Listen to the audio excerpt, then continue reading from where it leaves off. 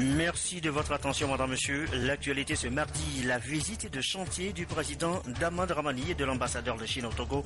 Les deux personnalités étaient sur le site qui verra bientôt pousser le bâtiment qui va abriter le nouveau siège de l'Assemblée nationale togolaise. Les choses se précisent. Dans cette édition, on parle aussi de bourse avec la 5e journée des bourses régionales des valeurs mobilières. Une opportunité pour les entreprises, les décideurs, bref, les financiers. Quel intérêt à être coté en bourse? Nous posons la question ce soir. En fin d'édition, je vous amène à une exposition de dessins, de caricatures.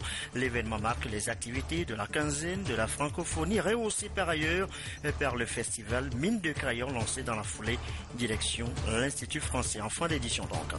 Voilà, madame, monsieur, le sommaire, bienvenue et bonsoir à tous.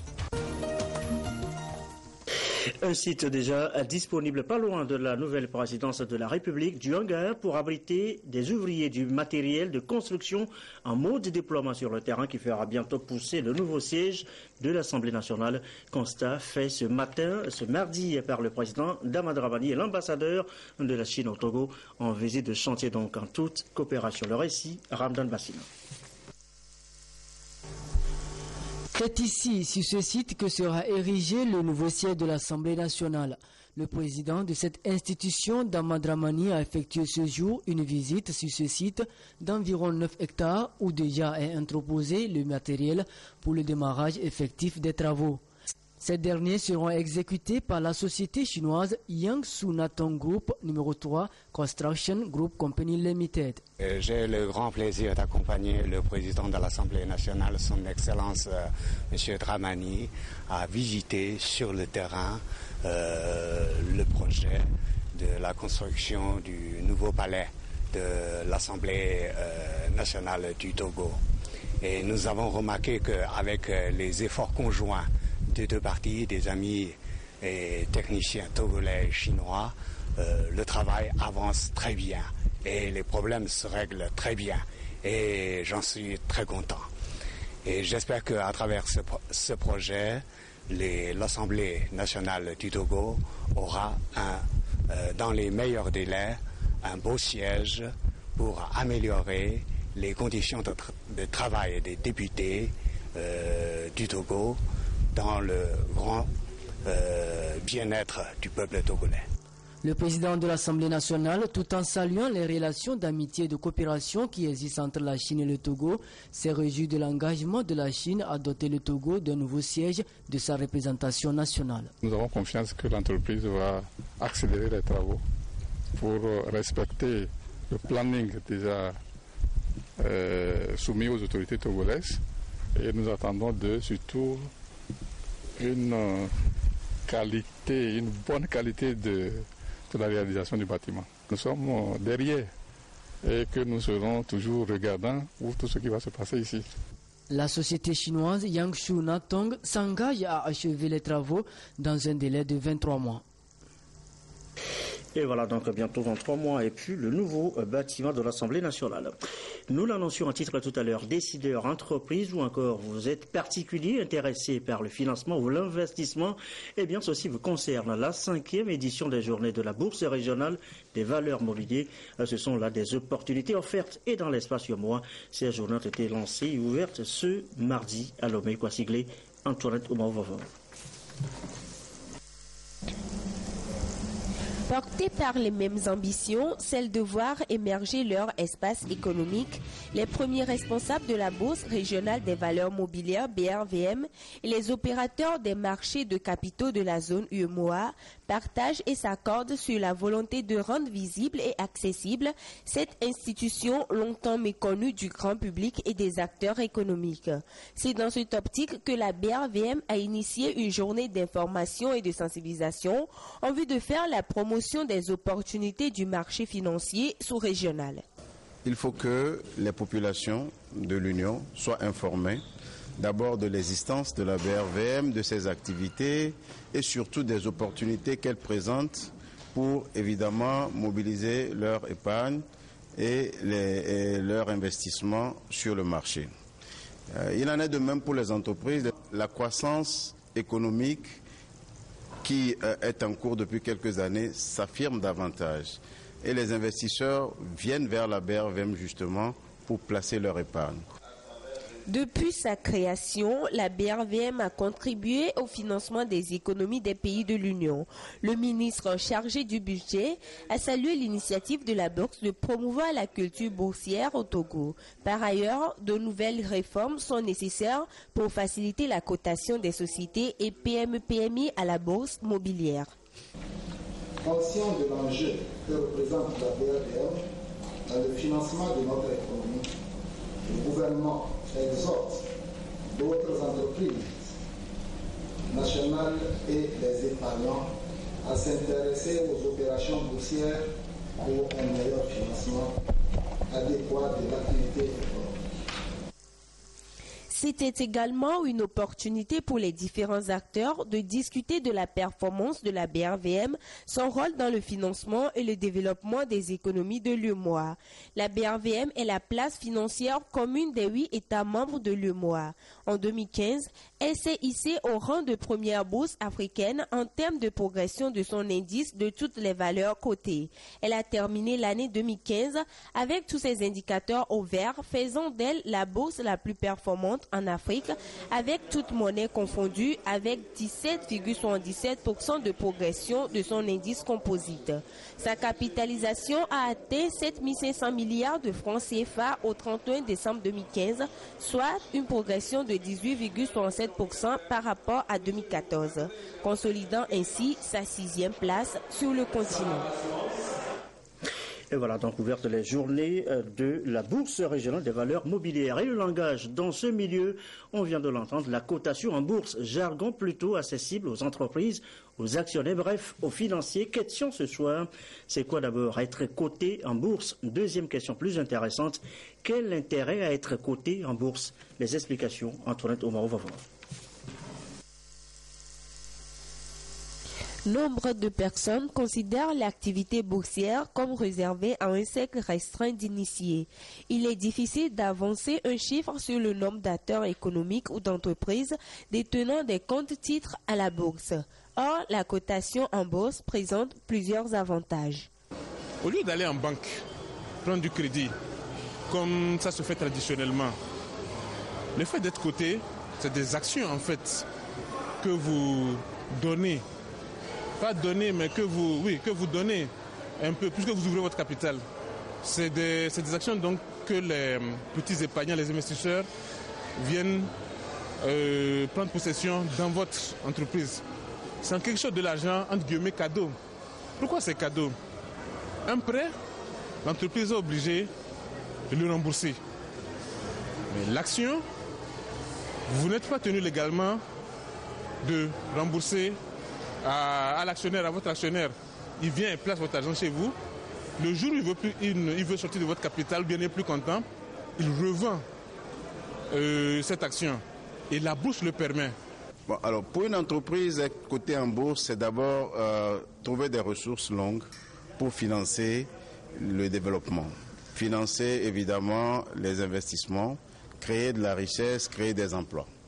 La bourse est une vitrine aussi pour les entreprises, pour pouvoir non seulement communiquer sur leur situation financière, sur leurs perspectives, mais également un facteur de valorisation au quotidien de l'entreprise. Il faut absolument que les entreprises de notre Union comprennent le bien fondé du marché, comprennent que les marchés financiers sont incontournables dans le développement d'une entreprise. S'introduire dans une bourse permet généralement à une entreprise d'être performante et compétitive sur le marché financier. Sur le plan de la gouvernance de l'entreprise, sur le plan de ses investissements, sur le plan de la créativité, de l'innovation, vous êtes obligé d'être performant. Mais je crois que c'est de ça qu'on a besoin aujourd'hui sur notre continent, d'avoir des entreprises performantes, compétitives, parce que la croissance et l'émergence ne se décrètent pas. La croissance et l'émergence viennent avec des investissements massifs en infrastructure, des investissements également du secteur privé, et ce secteur privé-là crée de la richesse dans l'économie, et c'est ça qui va amener l'émergence de nos pays. La Bourse régionale des valeurs mobilières BRVM est donc une opportunité pour les entreprises de développer des échanges commerciaux à travers des financements et des investissements en bourse pour consolider la stabilité économique des pays de l'UEMOA. La bourse représente alors pour les entreprises une possibilité d'être plus compétitives, d'où un gain en termes de visibilité, de professionnalisme et de notoriété. Et voilà, on en sait donc un peu plus maintenant sur la cotation en bourse des entreprises. L'actualité, c'est aussi cet accord interuniversitaire entre Ignatius Ahuru University of Education de Port Harcourt au Nigeria et l'Université de Lomé au Togo. Les deux institutions ont scellé ce matin à Lomé une coopération technique et scientifique basée sur la recherche et surtout l'apprentissage de la langue, le français et l'anglais. Cela s'appelle échange de compétences. Rosalie Maoubevon, Ramdan Bassina. L'accord qui vient d'être signé entre Ignatius Ahuru University of Education de Port Harcourt du Nigeria et l'Université de Lomé scelle un partenariat gagnant-gagnant. La convention prend en compte plusieurs domaines, notamment la formation doctorale des enseignants de français et d'anglais, la coopération technique et scientifique. The Memorandum of Understanding, otherwise called MOU, is like an agreement between two parties. Aujourd'hui, les accords ont été signés et nous sommes très satisfaits. Et déjà, nos étudiants viennent au village du Bénin pour améliorer leur expression française. Cette fois-ci, cela va inclure, les accords vont inclure les professeurs du département d'anglais de Lomé et les professeurs du département de français de notre université. L'Université de Lomé, qui est une référence en matière d'enseignement de la langue française, se réjouit de cet accord et des opportunités qu'il offre. C'est d'abord pour améliorer la qualité de la formation que les deux universités donnent à leurs étudiants. Comme vous le savez, l'Université du Nigeria avec laquelle nous venons de signer la convention est une université spécialisée dans l'éducation de la langue française pour les pays pour les pays anglophones.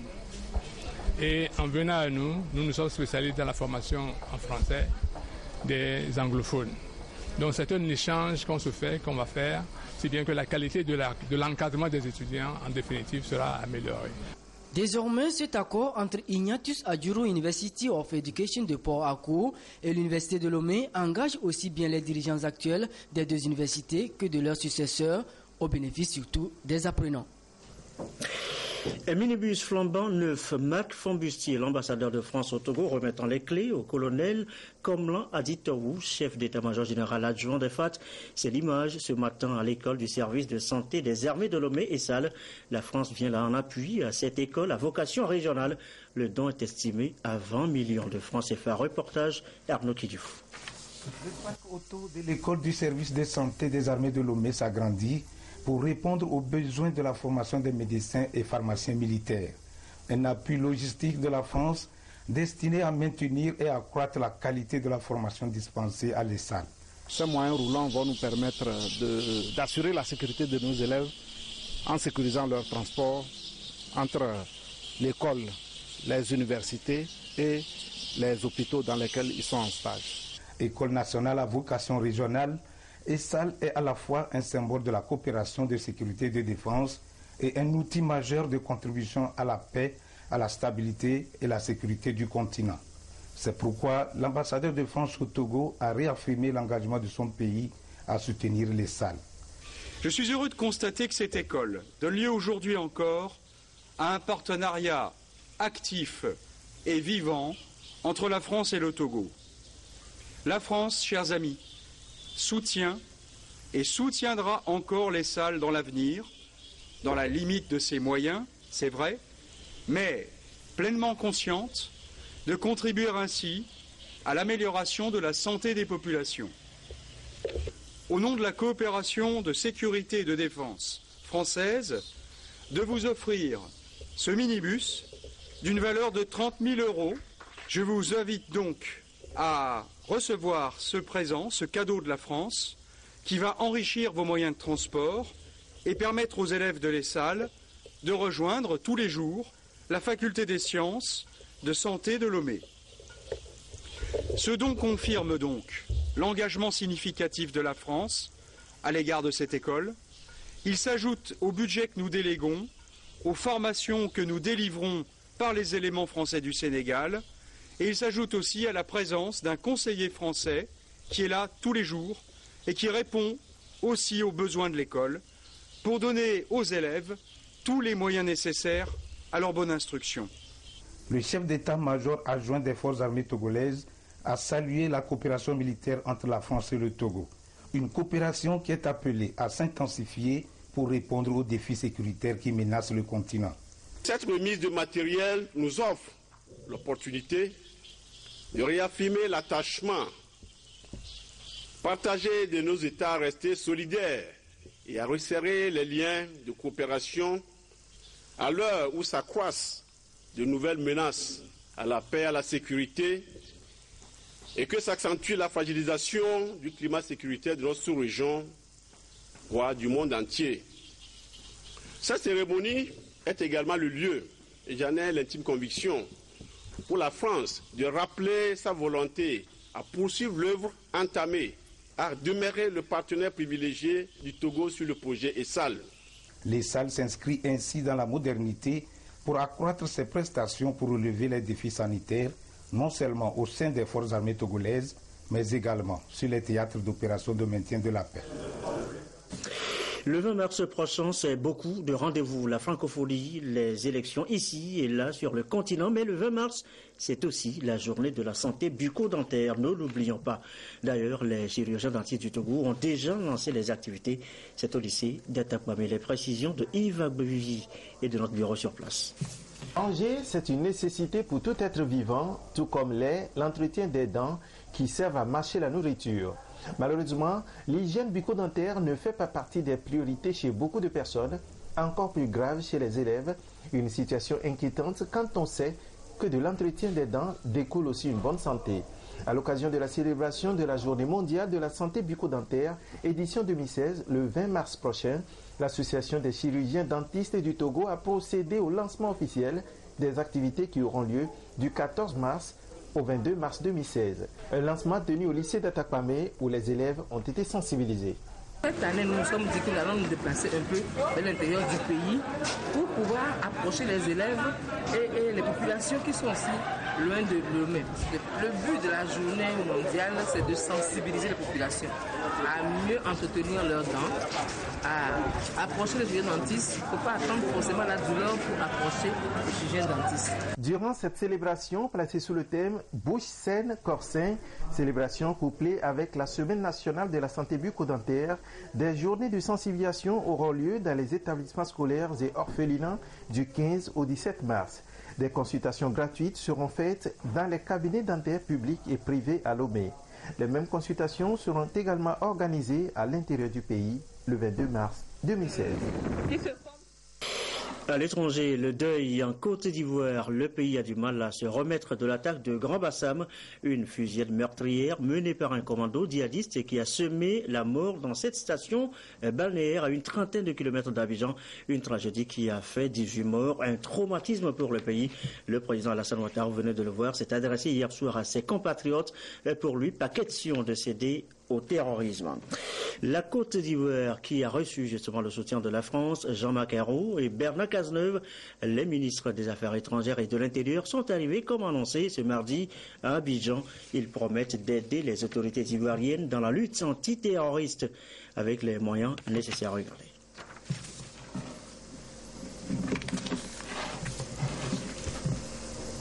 Bien, ce sujet sur l'arrivée à Abidjan ce mardi des ministres français des Affaires étrangères et de l'Intérieur, des ministres français qui annoncent le soutien de la France aux autorités ivoiriennes dans la lutte antiterroriste. Si on peut regarder ce sujet maintenant.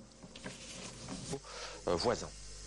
Après les attentats de Bamako, de Ouagadougou, mais aussi au Kenya, en Tunisie, en France, comme vous le savez, à 2 reprises l'année dernière, nous sommes la menace des terroristes de la même façon. Ce qui est en cause, c'est notre mode de vie, notre volonté de réussir, notre développement dans la démocratie et la liberté. C'est ce modèle de société qui est menacé, qui est en cause, et que nous devons défendre de toutes nos forces, avec tout notre cœur, nos convictions et les moyens nécessaires, de façon solidaire. Et voilà donc l'annonce faite à Abidjan ce mardi par le ministre français des Affaires étrangères dans la lutte contre les terroristes. L'Afrique de l'Ouest sous le choc des attaques djihadistes. Ouagadougou, vous rappelez, c'était le 13 janvier dernier. Abidjan, dimanche dernier, 13 mars. Une série noire ouverte par Bamako. La menace est donc réelle. Les actes têtus. Revue de la situation dans ce document de Douaré. C'est une guerre sans front qui vient de frapper pour la première fois la Côte d'Ivoire, sur cette plage de Grand Bassin située à 40 km d'Abidjan. Une guerre qui n'a plus rien de conventionnel après l'intervention militaire au nord Mali. Les djihadistes attaquent au cœur des capitales ouest-africaines comme au Burkina Faso contre la terrasse du café Cappuccino et l'hôtel Splendide à Ouagadougou en janvier 2016. Un mois après l'attaque contre l'hôtel Radisson de Bamako au Mali. 3 attentats dans 3 pays différents, tous revendiqués par Al-Qaïda au Maghreb islamique, une menace sans frontières. Le mode d'action d'AQMI s'étend sur une immense bande de pays sahéliens partagés avec d'autres groupes djihadistes. Plus au sud, Boko Haram agit par-delà des frontières du Nigeria d'où il vient. Tout comme les Chebabs de Somalie en Afrique de l'Est et au nord, plusieurs groupes sont actifs avec un nouveau venu de l'organisation État islamique. Les victimes sont à l'écrasante majorité africaine. Au Kenya, l'attaque des Chebabs somaliens contre l'université de Garissa a fait 147 morts en avril 2015. La liste des pays touchés ne cesse de s'étoffer avec plusieurs modes opératoires. Boko Haram, auteur d'enlèvements de masques comme les lycéens de Chibok. Boko Haram multiplie les attaques suicides au nord du Cameroun. Ici, un double attentat sur un marché et même au Tchad voisin à N'Djamena. Quant à l'attaque de Bassam, elle rappelle l'attaque de Souche en Tunisie qui avait fait 38 morts le 26 juin 2015. Reste que le risque d'alliance entre les différents groupes n'est pas exclu. C'est le cas de Boko Haram qui prête allégeance à l'organisation État islamique installée en Libye, un pays qui se transforme dangereusement en pôle d'attraction pour les djihadistes africains. Et voilà donc une situation pas très heureuse dressée donc par Dodo Ouaré. Dans le reste de l'actualité, les journées des métiers lancées hier par l'Institut Agatha Carelli, on parle plus de formation en adéquation avec les besoins sur le terrain. Rachel Aoukou. Le marché de l'emploi offre aujourd'hui beaucoup d'opportunités que n'arrivent pas à saisir des jeunes diplômés. Et ceci est la conséquence d'un mauvais choix dans la formation suivie. Pour pallier cette éventualité, plus de 1300 élèves seront formés et sensibilisés sur les métiers porteurs. Il s'agit bien sûr des ateliers où nous allons faire toucher du doigt aux apprenants dans la fabrication du matériel, par exemple les pagnes, par exemple les ordinateurs. Donc la société de fabrication des ordinateurs avec Jerry s'installe ici pour pouvoir concevoir au moins quelques unités centrales devant les élèves qui vont même participer à la fabrication. Et il y aura la présentation des professions.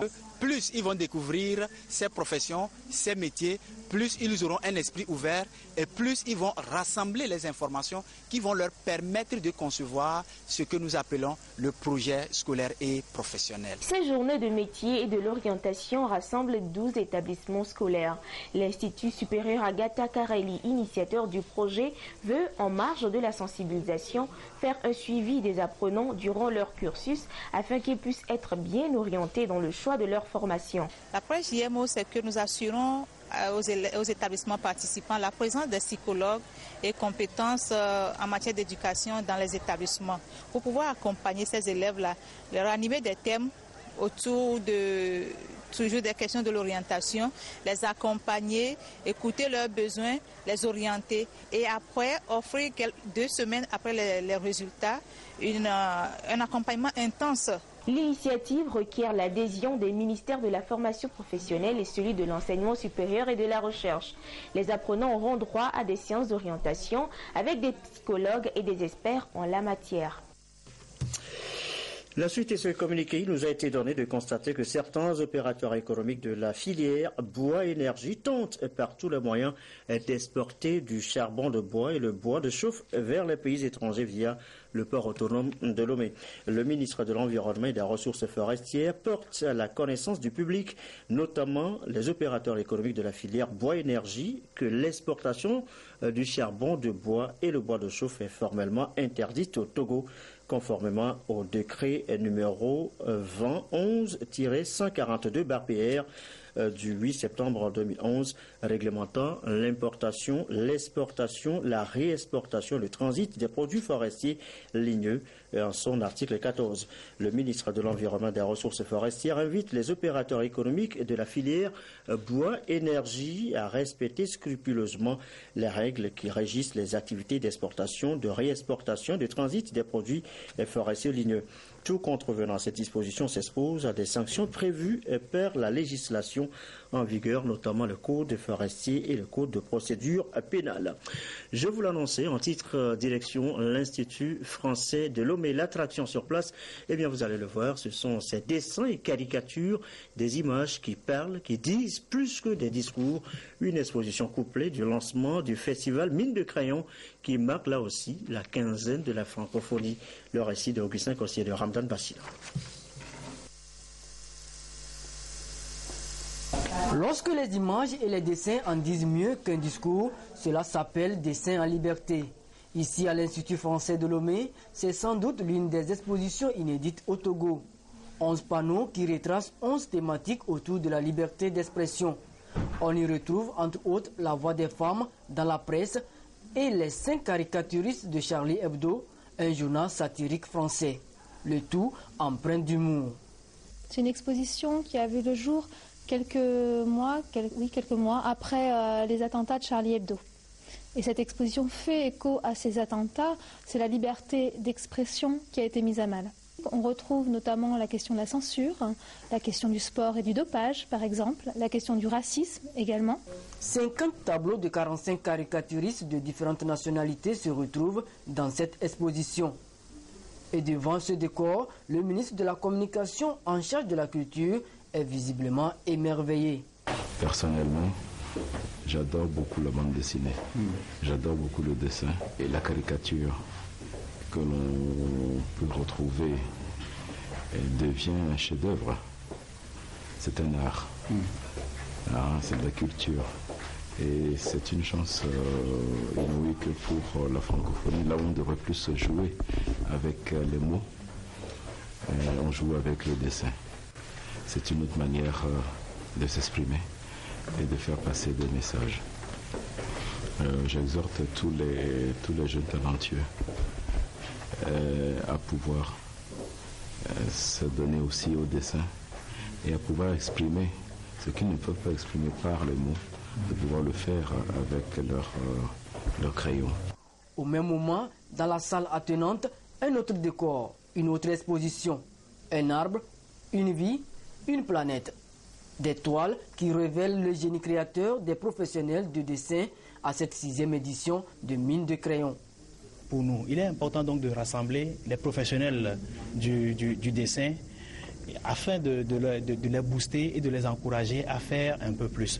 Parce qu'en réalité, au-delà de les encourager eux, nous sommes en train de cultiver cette excellence-là au niveau de la jeunesse qui doit prendre des initiatives et que le dessin peut nourrir son homme. Les 2 expositions sont organisées en marge de la quinzaine de la francophonie au Togo, destinée à célébrer le pouvoir des mots, thème retenu pour célébrer la journée internationale de la francophonie cette année. Et quand mots et images font cause commune, la voie est balisée pour l'avènement d'un monde sans cruauté ni criminalité. Et voilà, c'est sur ces images que se referme cette édition du soir. On va rappeler la visite de chantier ce matin du président de l'Assemblée nationale et de l'ambassadeur de Chine au Togo. Visite de chantier sur le site qui va bientôt abriter le nouveau siège de l'Assemblée nationale. Tout se précise sur place. Très belle fin de soirée chez vous. À demain.